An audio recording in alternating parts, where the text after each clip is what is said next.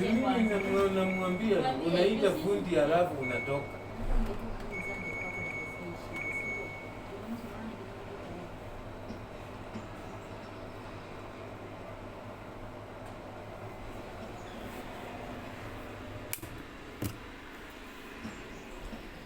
Huyu mama mtazunguana.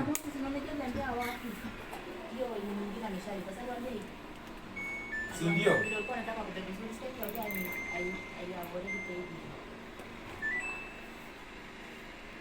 Hakuna pesa na yeye nilipa. Aliwaambia ameshakulipa. Sasa alisema na Karoli imeshita ama kwanza. Na Karoli ishita ama kwanza. Ishita ipambo sasa ene huko. Rejeka maza akabla kwa.